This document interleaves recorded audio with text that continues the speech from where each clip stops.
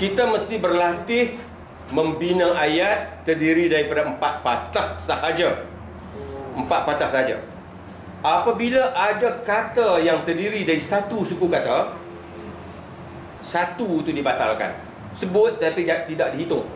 Yang betul kata, mana nak sama si kucing belang, mana nak tu kita kira sekali. Sama si kucing kira sekali belang. Jadi mana nak sama kucing belang. Jadi 4. Jadi semua 4. Nak yang bilang, jangan bilang. Tapi kalau kita buahkan dah salah lah tu. Mana akan sama. Jadi dah jadi 5 nanti kan. Jadi mana nak sama. Sebab tu elipsis, kita panggil elipsis. Kata tu elipsis. Kata yang sepatah tu, yang satu. Tapi kalau yang tu sentiasa satu dah. Kalau tak tu elipsis. Asalnya tidak kan. Jadi sama. Kalau si tu, perkataan juga si pun. Tapi dia dah sepatah. Jadi ambillah apa-apa pun, walaupun suku kata tu panjang, masih boleh disedapkan. Macam kita kata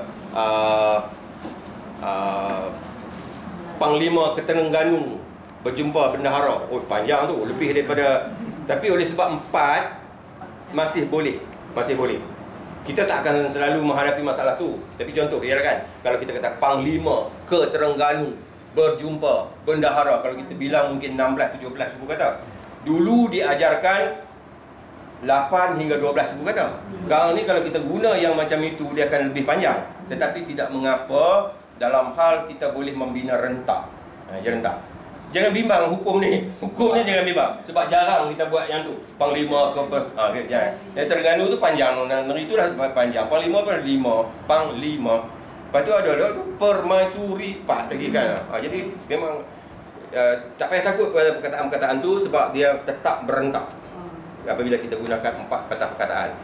Jadi kalau sekiranya ayat tu lebih daripada 4 patah, inilah bagaimana kita hendak mengeluarkan sepatah 2 tu tetapi masih sedap didengar, ada puitis. Kita namakan puitisisma. Puitisisma tu memuitiskan.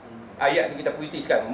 Puitisisma daripada ayat yang panjang tu menjadi pendek sahaja. Contoh yang lama 2-3 kucing berlari lah. Yang sebenarnya 2-3 ekor kucing berlari di situ, dia banyak ekor tu dibuang. Gitu. Jadi itu akan ada macam sambil kata membuang subjek tu selalu. Bukan saja tebang gelam, tebang kenanga, yang kita tak cerita siapa yang tebang. Lepas tu yang apa lagi pantun yang macam itu. Dia mula dengan perbuatan. Kadang-kadang katalah kita kata ke kampung hulu mencari rotan ya, ke hutan hulu mencari rotan. Jadi tak tahu siapa yang pergi. Jadi tiada subjek. Ketiadaan subjek tu juga merupakan satu puitisisma, yang memuitiskan. Kalau sebut nama siapa yang pergi, tak puitis lagi. Sama lah macam makan sirih. Makan pirih apa tu? Makan sirih berpinang tidak? Makan sirih, siapa yang makan? Kalau tanya macam tu, tak buat pantun lah. Jadi satu cerita. Jadi itu perkara yang kedua itu ialah puitisisme, memendekkan ayat jadi 4 patah sahaja satu baris. Kalau ada 1 patah perkataan atau 2 pun tak apa, terdiri pada satu suku kata sahaja, itu dibatalkan. Bukan batal menyebutnya, batal menghitungnya. Jadi Datuk, saya nak tanya, kalau katakan nak tadi tu, kita tak payah cari pembayang untuk dia lah. Kita tinggalkan saja. Yang mana?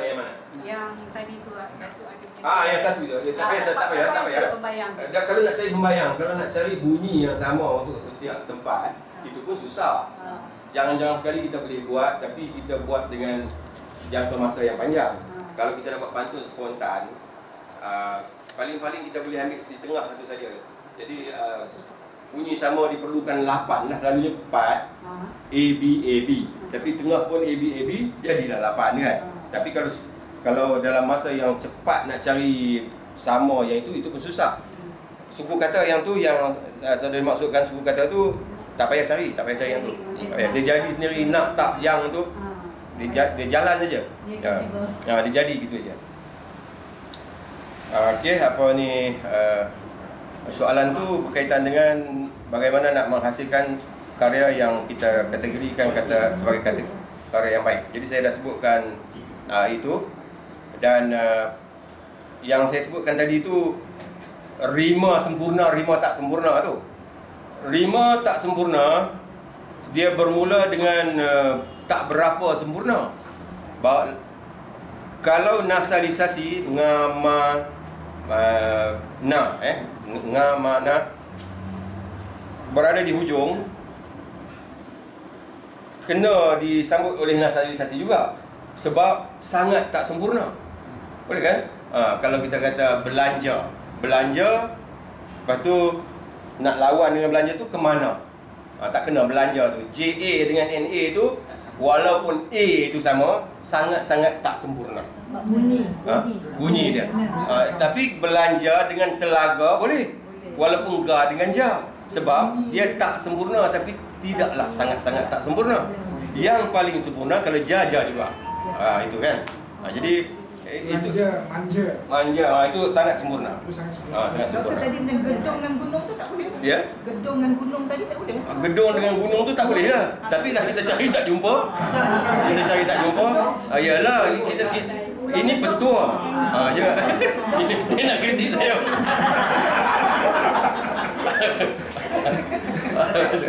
Apa ni Murid dah pandai lagi.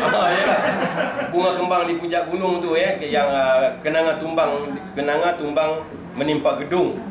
Bunga kembang di puncak gunung. Jadi kalau nak ambil bunga kembang di puncak gunung tu, nak ambil di situ gedung tu tak boleh. Nung tu ada termenung je kan. Bunga kenanga tumbang, siapa termenung? Jadi gunung lah kan. Jadi gunung lah. Boleh juga bunga tumbang menimpa ular tedung. Masih dong. Yang ujungnya nung. Nung yang sebab saudari bermaksud nung itu nasalisasi. Ya, nung itu nasalisasi. Manakala tenung menung tu. Okey, ada satu lagi bila dah dipersoalkan yang itu. Pantun yang baik selalunya di atas tu bersifat alam. Makna tu, bagian-bagian pembayang tu, makna tu kita cari-cari. Tetapi kalau makna tu dah masuk, kalau macam kita nak masuk termenung, menung tu ada rasa, gedung tu tak ada rasa. Jadi itu masalah juga. Rasa ni kalau ada di atas, macam kita kata, apa daya diriku ini,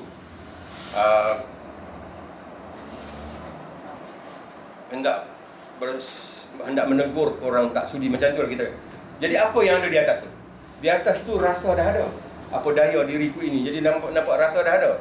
Dia di atas tu kena sebutkan berjalan ke payah anak petani. Dia tak ada apa-apa. Tak ada perasaan kan? Dia tak ada perasaan di atas tu. Yang mencarinya unsur keindahan tu ialah pengkaji yang macam itu. Tapi kalau kita mula-mula apa daya diriku ini, sebagai pemula pantun, kita telah memberi rasa. Memberi rasa tu tak kena. Untuk di atas memberi rasa tak kena. Kalau disawatkan di bawah, maksud. Bawah ya. Bawah dia boleh simbolik, dia boleh direct to the point, dia boleh rumit sampai menungging orang tak cari. orang menungging cari makna tak dapat. Ada juga yang macam tu, yang rumit ada. Yang atas semaknya rangkap pertama, rangkap kedua mesti ada kaitan dia. Pembayang tu. Pembayang dengan maksud. Maksud saya tu kan pembayang yang dua rangkap tu. Yang dua baris. Jadi dua baris tu. Jadi kita pembayang tu yang pertama dengan yang kedua tu seelok-eloknya ada kaitan. Dua baris. Dua baris tu kaitan. Dua baris tu kaitan. Jangan tak pasal-pasal. Jangan tak pasal-pasal. Kalau kaitan tu tak cantik tu. Pembayang pertama, kedua tu mesti ada kaitan. Ada kaitan. Macam bunga, tepi pagar dengan pula rusa pula. Ikan di laut, tak bersamaan langsung. Kalau bunga ada. Formula nak cepat kan dapat pembayang ni macam mana? Nak cepat dapat pembayang tu, pemula tu yang boleh kena. Maksudnya kita nak cepat tu, macam nak praktis latihan tu macam mana tu? Praktis yang pertama sekali, bina baris perkataan.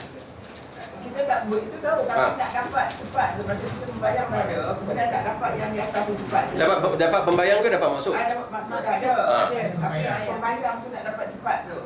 Kalau kena praktik saja, kena praktik saja. Kalau Puan Rahmah mulakan untuk menyebut apa? Untuk menyebut bawah sayang. Perkataannya? Buat bayang. Bayang, sayang, bayang, kan? Yang itu kita ada. Lepas itu akal mesti cepat memilih. Yang memilih kalau di bawah itu saya katakan tadi, saya mudahkan kata penderitaan lah. Di atas pun pilih kata yang bernilai negatif juga. Kadang-kadang dah dapat yang ujung je, tapi nak buat ayat pula tak ada pula. Itu yang kita kata latihan tu. Itu latihan tu. Nak ayat. Sekarang dah dekat pukul 11.45. Soalan terakhir. Dah terakhir. Jadi banyak mesti mana yang orang makan kan kita bayang susah. Jadi banyak sekarang saya perhatikan ramai yang menyebut nama orang. Puan Halimah pasal dia suka tak dulu tahu nama. dia letak nama orang nama. Jadi untuk menerjemahkan beberapa pendapat itu tentang memasukkan nama orang. Okey. Kita baca pantun dia selalu ada nama orang. Nama orang ni salah satu orang sebab orang buat pantun nama orang ni tak ada modal. Dia tak ada. Dia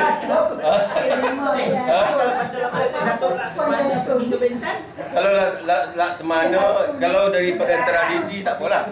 Daripada tradisi menunjukkan kita kenal tokoh-tokoh legenda, Jebat, Tuah apa semua. Jangan duk kira Pak Ali tepi jalan tu. Dulu ni ada dengar cerita. Sekarang dulu Datuk Lola Ahmad Badawi jadi Perdana Menteri kan. Ada seorang dia nak telefon Pak Lah. Dia telefon sama cakap mesra, baiknya you Perdana Menteri. Bukan Pak Lah Perdana Menteri, guard.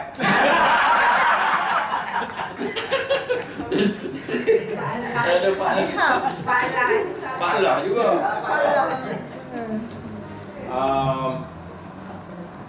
Okey.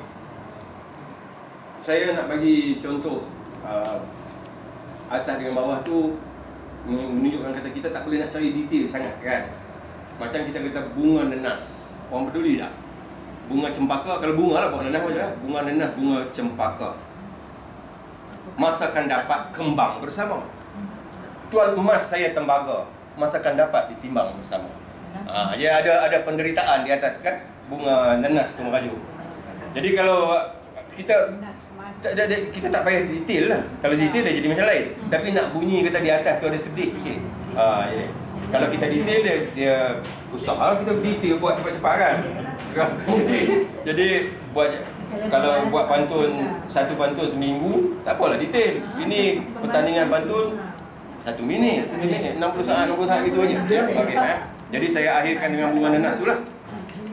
Kerana saya harap pedoman umum dah dapat dan nak melaksanakan tu sebenarnya Puan Rahmah nak tanya itulah. Nak melaksanakan dalam fikiran itu latihan.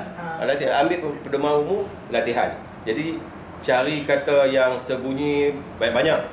Tak selesai lagi. Kalau baca buku Muhammad Isalih ni pun tak selesai lagi sebab dia tak bagi perasaan pada kata tu. Yang keduanya, rasa pada kata yang pertama tu nak diimbangkan dengan rasa yang kedua. Lepas tu buat ayat 4 baris ya. Kenanga yang tumbang kena gedung tu. Kenanga yang tu bila tak betul yang tu, bila tak ada sengawan dia dah tak sempurna tadi ya. Tapi ambil makna tu, kenanga yang pokok kenanga bukan bunga kenanga tumbang menimpa gedung. Sudah ada kesengsaraan di situ. Jadi bunga kembang di puncak gunung nak naik tak boleh. Jadi sengsaraan tu dari situ. Itu dia ada segi lain. Dia langgar yang lain, dia ada segi lain. Jadi itu yang dimaksudkan tak boleh sempurna pada semua perkara. Betul? Sebab itu saya sebagai anggota pengadil apa yang kata pilihan untuk radio plastik apa tu. Ya. Pakai itu sebagai panduan dia. Itu pakai panduan tu pakai. Jadi kita masa kita bercakap-cakap sebelum tu, jadi pengadil di situ sebenarnya dibagi masa briefing sekejap. Jadi kita cakap dasar bunyi selamat di tengah. Lepas tu kalau kita dapati ada yang tak apa-apa bagus yang kita dengar tiba-tiba menang, kerana yang lain lagi tak apa, lagi tak apa. Ada apa? Itulah kawan-kawan. Itu je. Saya selalu dengar yang request itu. Tapi yang menang masa saya jadi pengadil saya dah berhenti dah yang tu tak apalah. Saya berpuas boleh nak cerita saya berpuas hati apabila yang menang tu Ahmad Sarju kali. Jadi menang pun memang bagus kata tu. Dan ASP Fu tu. Ya. ASP Fu yang Cina Dia pun buat bantu juga. Dia masuk masa lain. Dia ada sekali dia masuk. Dia. Masa lain tu. Saya buat pantun Dokra. Lepas itu terpilih jadi teks. Semua tahu tak itu? Tahu. Ambil pengayuh, buang perahu. Ambil pengayuh kerja buang perahu tu ialah orang yang tak buat walaupun tahu.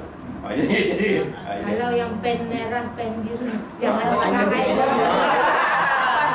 itu. Memang.